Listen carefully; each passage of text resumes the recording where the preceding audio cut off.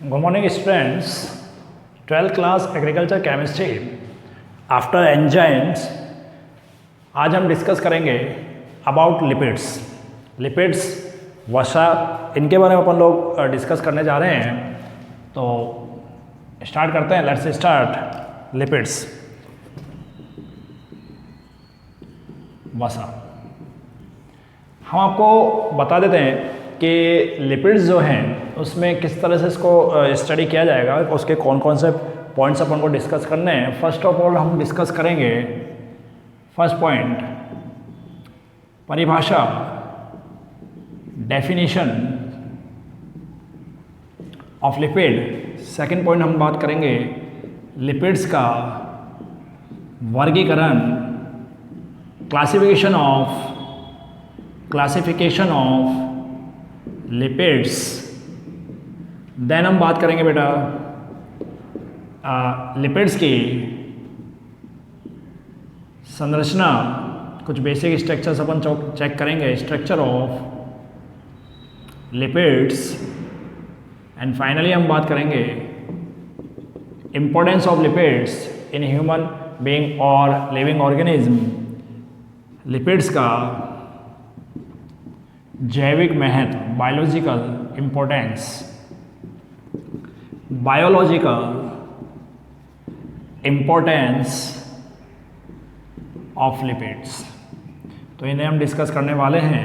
तो आज का जो टॉपिक है अपना लिपिड्स, उसमें हम लोग सबसे पहले स्टार्ट करेंगे डेफिनेशन ऑफ लिपिड्स। लिपिड्स क्या होते हैं? वसा। जब भी वसा का नाम हमारे सामने आता है तो एक ऐसा लगता है कोई चिकना स्मूथ सबस्टांस हमारे सामने आ गया। जब भी हम बात करते हैं वसा की तो हमारे सामने आते हैं लाइक एज हमारे घर में कॉमनली यूज होने वाले ऑयल्स, एंड अगर हम बात करें घी, ठीक है ना, इस तरह के कुछ सबस्टांसेस हमारे सामने आते हैं जिनके अगर हम उनको टच करते हैं तो वो कैसे हो जाते हैं बेटा? चिकने फील होते हैं, राइट। तो यहाँ पर इसको डेफिनेशन दे सकते हैं कि जो लिपिड्स है, इसको डिफाइन अगर अपन करें, इसके कंसेप्ट्स को अपन देखें। लिपिड्स ऐसे यौगिक होते हैं या ऐसे चिकनी प्रकृति के यौगिक होते हैं जो जल में अविलय। आपने देखा होगा कि अगर कभी ऑयल वाटर में गलती से गिर जाए, या हम ऑयल को वाटर में डाल दें या घी को वाटर में डाल दें, तो वो डिजोल्व नहीं होता, उसकी एक लेयर उस वाटर के ऊपर क्या होने लग जाती है? फ्लो होने लग जाती है, ठीक है ना। तो यहाँ पर अपन बात कर सकते हैं लिपिड क्या होते हैं। एक तो स्मूथ है, तो अपन ने देखा कि स्मूथ नेचर होती है, और वाटर में क्या होते हैं? एविले होते हैं, यानी जल में नॉन सॉल्युबल होते हैं, वाटर में अनसॉल्युबल होते हैं। तो यहाँ पर ये बात आपको ध्यान रखनी है। लेकिन ये इंपॉर्टेंट बात क्या है? एविले, परंतु जो आपके बेसिक कंपाउंड है लाइक एज बेंजीन, अध्रुवीय विलायक, ठीक है ना, परंतु अध्रुवीय विलायक वो यौगिक होते हैं, विलायक वो सबस्टांस होते हैं जिनके अंदर किसी विलय को, पदार्थ को डिजोल्व किया जाता है। अध्रुवीय विलायक हों जैसे बेंजीन, ईथर आदि में विलय किया जा सकता है, तो ये डेफिनेशन है आपकी किसके लिए? लिपिड्स के लिए। तो हम बात कर सकते हैं lipids are such smooth substances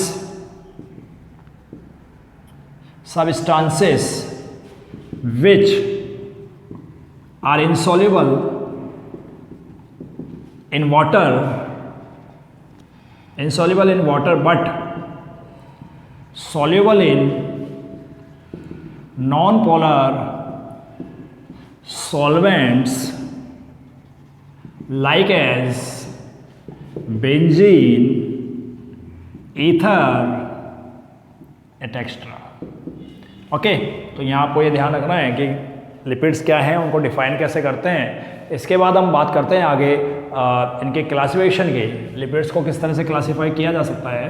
तो बात देखिए बेटा, यहाँ पर important classification of lipids. Lipids का वर्गीकरण।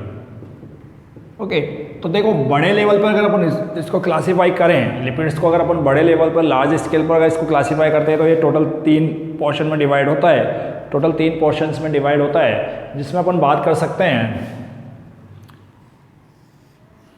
First, second and third.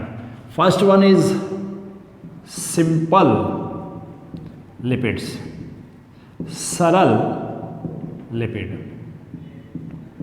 Okay second की अगर अपन बात करें कॉन्जुगेटेड, संयुक्त, हिंदी में इसको बोल सकते हैं कॉन्जुगेटेड और संयुक्त, तो ये हो जाता है हमारे पास कॉन्जुगेटेड लिपिड्स, संयुक्त लिपिड्स। थर्ड पॉइंट की अगर अपन बात करें डेरिवेटिव या डिराइव्ड लिपिड्स, व्युत्पन्न या व्युत्पित लिपिड्स। ओके यहाँ पर ने इसको 3 मेजर पोर्शंस में क्लासिफाई किया है, 3 मेजर पोर्शन में क्लासिफाई किया है। बट अगर सिंपल लिपिड्स की बात करें तो उसको फिर से फर्दर 2 पोर्शन में हम लोग डिवाइड कर सकते हैं। एक होता है वैक्स और दूसरा होता है आपका नेचुरल फैट और ऑयल। इसको हम फर्दर क्लासिफाई कर सकते हैं सिंपल लिपिड्स को। First one is natural lipids और फैट एंड, या ये कह लीजिए एंड ऑयल,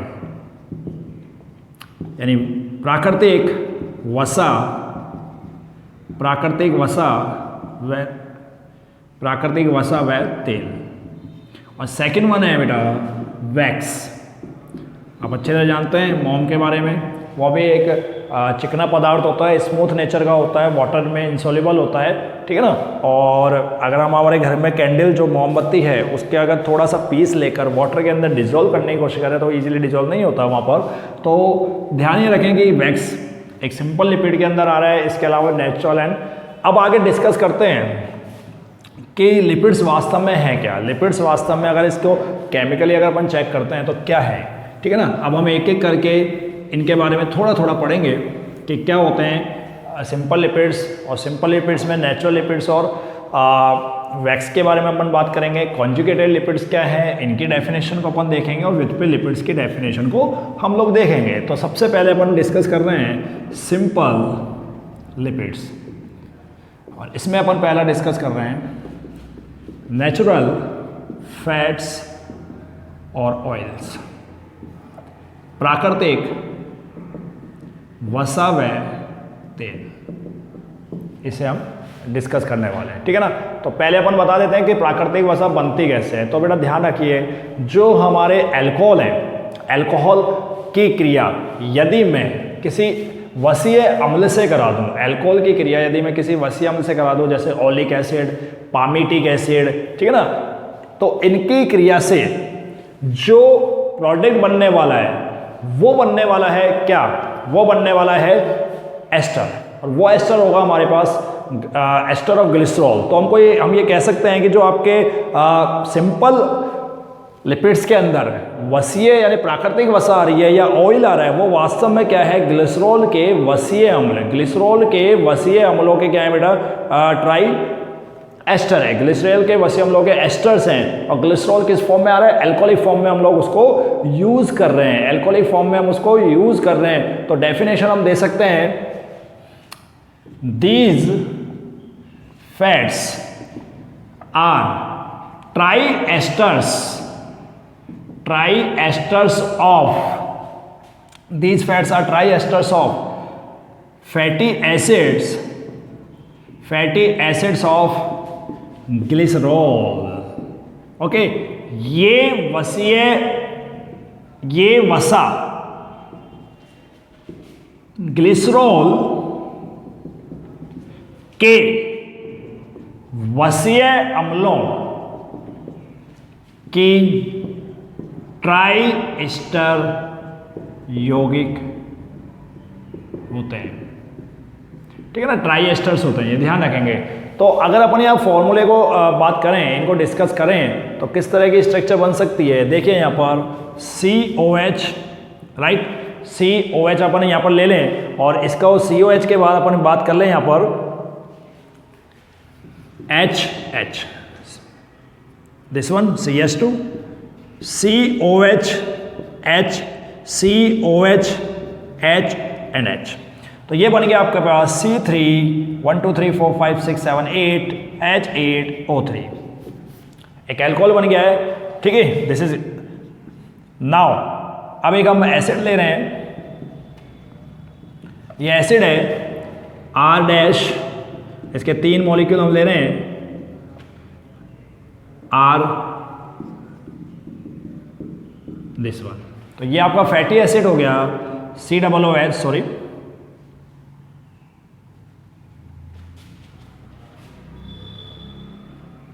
ये बन जाएगा आपका COOH।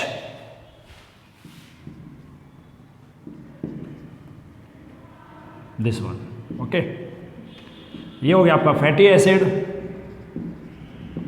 वसीय अम्ल, और ये आपका हो गया एक अल्कोहल, यानी ग्लिसरॉल के फॉर्म में अपन इसको ले सकते हैं। अब जब रिएक्शन होती है तो एसिड का H यहां से किसको एलिमिनेट कर देगा बेटा, OH को, किसको एलिमिनेट कर देगा, और फाइनली जो कंपाउंड मुझे मिलेगा वो मिलेगा SCH COOR, ये मिलने वाला है SCH COOR। या इसको हम ऐसे लिख सकते हैं, this is RCOOCH2 ester, RCOOCH2, ठीक है ना।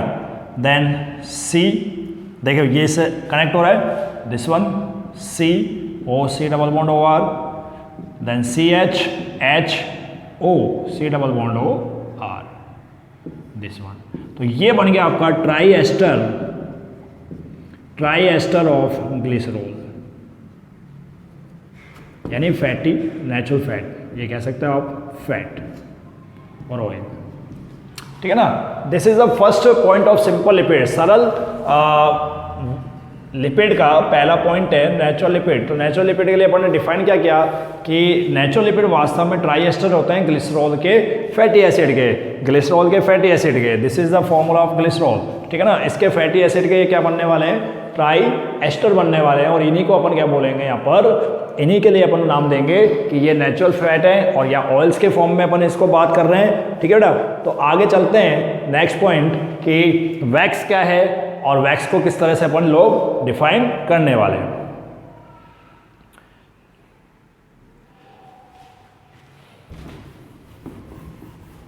Second is important wax.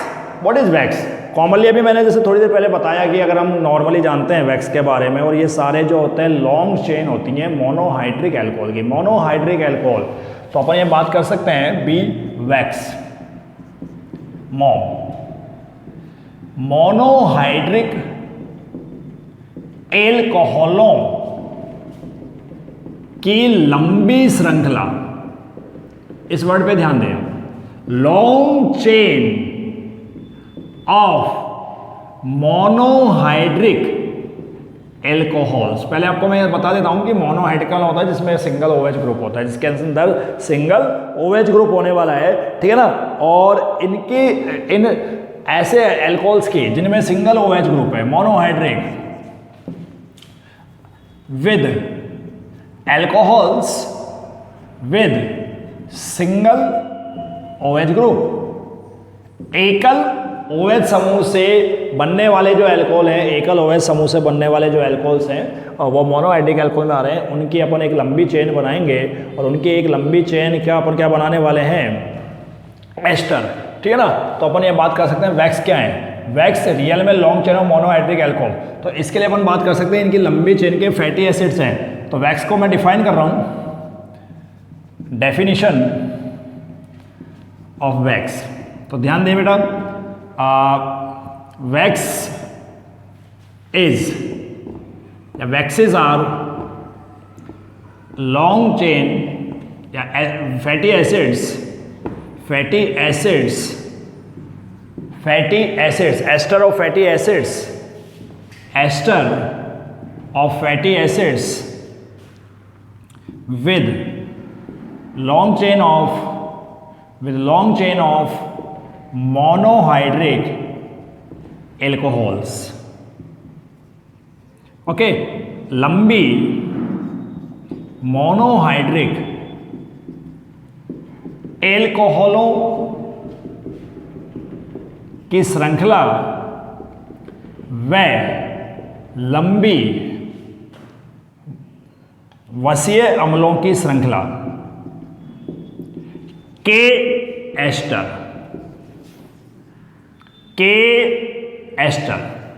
ठीक है ना। ये जो डेफिनेशन होगी ये किसकी होगी, वैक्स की। तो हम यह बात कर सकते हैं कि देखो दोनों को ध्यान से देखो, सिंपल लिपिड में हमने पढ़ा कि ये ग्लिसरॉल और वसीय अम्लों के ट्राई एस्टर हैं, तो ठीक है, ये तो यही कंप्लीट बात हो गई। 3 ट्राई एस्टर बनने वाले हैं, 3 मॉलिक्यूल यहाँ पे इस तरह से, ये first, this is second and this is third. But यहाँ पर कंडीशन क्या दी है कि एस्टर्स ऑफ फैटी एसिड्स, ठीक है ना, फैटी एसिड, और इसके लिए भी अपन बात कर सकते हैं, इसकी लॉन्ग चेन लेंगे, और वो लॉन्ग चेन किसके साथ ऐड होने वाली है, long chain of monohydric alcohol. तो बड़ी श्रृंखलाएं, लंबी श्रृंखलाएं एक दूसरे से जुड़कर जो एस्टर बनाएंगी, जो सिंपल एस्टर बनाने वाली है, जो साधारण लिपिड बनाने वाली है, वो किसके कैटेगरी में आ जाएगा, मोम की कैटेगरी में आ जाएगा। वो लिपिड किसकी कैटेगरी में आ जाएगा बेटा, वो लिपिड आ जाएगा मोम की कैटेगरी में, ठीक है। तो यहाँ आपको ध्यान रखना है, दोनों में थोड़ा सा डिफरेंस है कि सिंपल में भी एस्टर्स हैं और वैक्स में भी, सिंपल के अंदर नेचुरल में भी एस्टर्स है और वैक्स में भी एस्टर है, बट नेचुरल के अंदर ट्राई एस्टर कंप्लीट हो जाता है, बट इसमें एक लंबी श्रृंखला बनती है। अब सीधी सी बात है कि अगर यहाँ पे हम बात करें कि नेचुरल लिपिड्स और या नेचुरल ऑयल्स और फैट्स तथा वैक्स में से किसके मेल्टिंग पॉइंट, बॉइलिंग पॉइंट ज़्यादा होंगे, तो जाहिर सी बात है, लंबी चेन है, बड़े मॉलिक्यूल्स हैं, तो इनके लिए मेल्टिंग पॉइंट की वैल्यू भी क्या होंगी, ज़्यादा होंगी। तो अपन यहाँ बात कर सकते हैं मेल्टिंग पॉइंट्स, गलनांक of waxes are greater than oils और नेचुरल फैट। इसका कह सकते हैं वसाओं के, सॉरी मोम के गलनांक तेल या प्राकृतिक वसा की तुलना में, प्राकृतिक वसा की तुलना में अधिक होते हैं, ठीक है बेटा, अधिक होते हैं। तो ये पॉइंट हमको याद रखना है। तो हमने यहाँ पे पहला क्लासिफिकेशन डिस्कस कर रहे हैं सिंपल लिपिड्स के अंदर, और सिंपल लिपिड में हमने डिस्कस कर लिया कि किस तरह से अपन इनकी बात कर सकते हैं वैक्स और इसमें। अब दूसरी बात करते हैं कॉन्जुगेटेड। देखिए संयुक्त है तो ये तो कंफर्म है, सिंपल तो होगा ही होगा, यानी ये बेसिक बातें तो होनी है कि आपके पास एल्कोहलिक आ जाएंगे, मोनोहाइड्रिक एल्कोहल आ जाएगा, ठीक है ना। यहाँ हमने ग्लिसरॉल की फॉर्म में बात की थी, और एस्टर फैटी एसिड्स आएंगे, लेकिन कॉन्जुगेटेड में कुछ ना कुछ और ऐड हो जाएगा, इसलिए उसको अपन क्या बोल रहे हैं, इसलिए उसको अपन बोल रहे हैं संयुक्त, इसलिए हम उसको क्या बोल रहे हैं, संयुक्त। कॉन्जुगेटेड को भी फिर हम फर्दर 2 पोर्शन में डिवाइड कर देंगे, phospholipid and glycolipid, phospholipid and glycolipid. तो इसको बहुत सिंपली आपको समझा देता हूं मैं, जो भी मैंने अभी बात की। देखें, कॉन्जुगेटेड लिपिड्स, संयुक्त लिपिड, ठीक है बेटा, संयुक्त लिपिड्स। तो इनको फिर से हम फर्दर 2 पोर्शन में बांटेंगे, एक phospholipid, phospholipids, and second one glycolipids,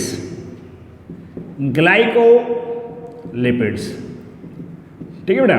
चलिए अब दोनों को थोड़ा थोड़ा पढ़ लेते हैं, फॉस्फोलिपिड में क्या है, ग्लाइकोलिपिड में क्या है, और इनके बारे में थोड़ी सी नॉलेज ले लेते हैं। तो देखिए पहली बात, फॉस्फोलिपिड में एल्कोहल्स होंगे, राइट। इसके अलावा जो आपके फैटी एसिड्स हैं वो भी होने वाले हैं, लेकिन इनके अंदर एक इंपॉर्टेंट चीज जुड़ जाएगी, और वो जुड़ जाएगी आपके फॉस्फोरिक एसिड। क्या जुड़ जाएगा बेटा, फॉस्फोरिक एसिड ऐड हो जाएगा। तो हम यह बात कर सकते हैं phospholipids, alcohols plus fatty acids plus phosphoric acid, H3PO4, ठीक है, दोबारा बता देता हूँ कि जो फॉस्फोलिपिड है उसका फॉस्फो वर्ड जो आ रहा है, phospholipid simple lipid, alcohol plus fatty acid, right, monohydric alcohols plus fatty acid, and phospho group represent कर रहा है फॉस्फोरिक एसिड को, दैट इज कि यहां पर अल्कोहल प्लस फैटी एसिड के साथ एक नया मॉलिक्यूल कॉन्जुगेटेड हो रहा है और वो कौन सा है, फॉस्फोरिक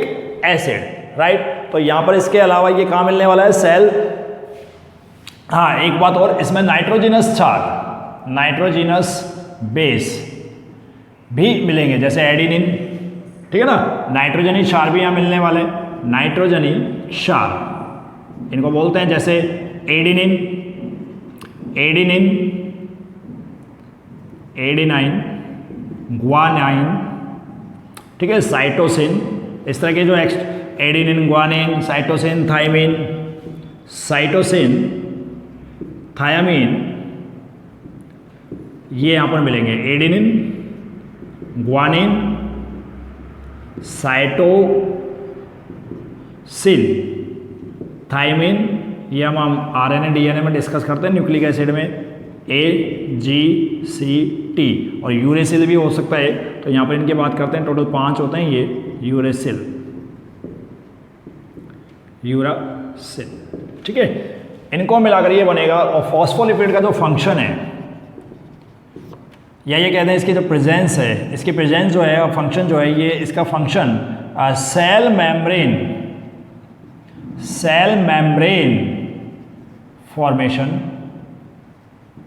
में यूज होता है, ठीक है ना, सेल मेम्ब्रेन फॉर्मेशन में यूज, कोशिका झिल्ली निर्माण में इसका अपन क्या कर सकते हैं, यूज करते हैं, इसका निर्माण करते हैं, इसमें पार्टिसिपेट करते हैं। और सेकंड है ग्लाइकोलिपिड, तो ग्लाइकोलिपिड में आपको क्या मिलने वाला है, ग्लूको यानी कार्बोहाइड्रेट मिलने वाला है, आपको शर्करा मिलने वाली है, कार्बोहाइड्रेट मिलने वाले हैं, लेकिन इसके अंदर क्या नहीं होंगे, इसके अंदर फॉस्फोरिक एसिड नहीं होने वाला है, ठीक है ना, फॉस्फोरिक एसिड नहीं होने वाला है। तो इंपॉर्टेंट बात सुनिए, एल्कोहल्स होंगे प्लस फैटी एसिड्स भी होंगे और इनसे एस्टर बनेगा प्लस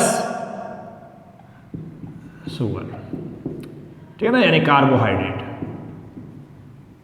ये प्रेजेंट होंगे। जनरली ब्रेन, लीवर, ठीक, WBC, यहां पर ये प्रेजेंट होते हैं glycolipids, presence in brain, WBC, liver, यहां पर ये क्या होते हैं, प्रेजेंट होते हैं ग्लाइकोलिपिड्स। तो यहाँ पर अपने लोगों ने बात कर ली सेकंड कॉन्जुगेटेड लिपिड की बात। एक बार दोबारा बता देता हूँ कि आज हम लोगों ने जो डिस्कस किया, पहला पॉइंट डिस्कस किया डेफिनेशन ऑफ लिपिड्स, और उसमें हमने आपको बताया कि लिपिड्स जो होते हैं बेटा, वो स्मूथ नेचर के होते हैं, चिकनी प्रकृति के होते हैं, वाटर इंसोल्यूबल होते हैं, जल में विलय नहीं होंगे, परंतु नॉन पोलर जो सॉल्वेंट हैं, अध्रुवीय विलायक जैसे बेंजीन, ठीक है ना, इनमें यहाँ पर ये डिजोल्व हो सकते हैं और कुछ क्वांटिटी में ये ईथर में डिजोल्व हो सकते हैं।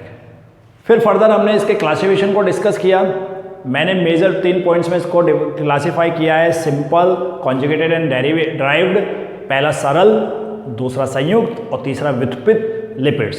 सरल लिपिड को हमने फिर 2 भागों में बात की थी, पहला नेचुरल फैट और ऑयल यानी प्राकृतिक वसा और तेल, और दूसरी हमने बात की बेटा वैक्स या मोम।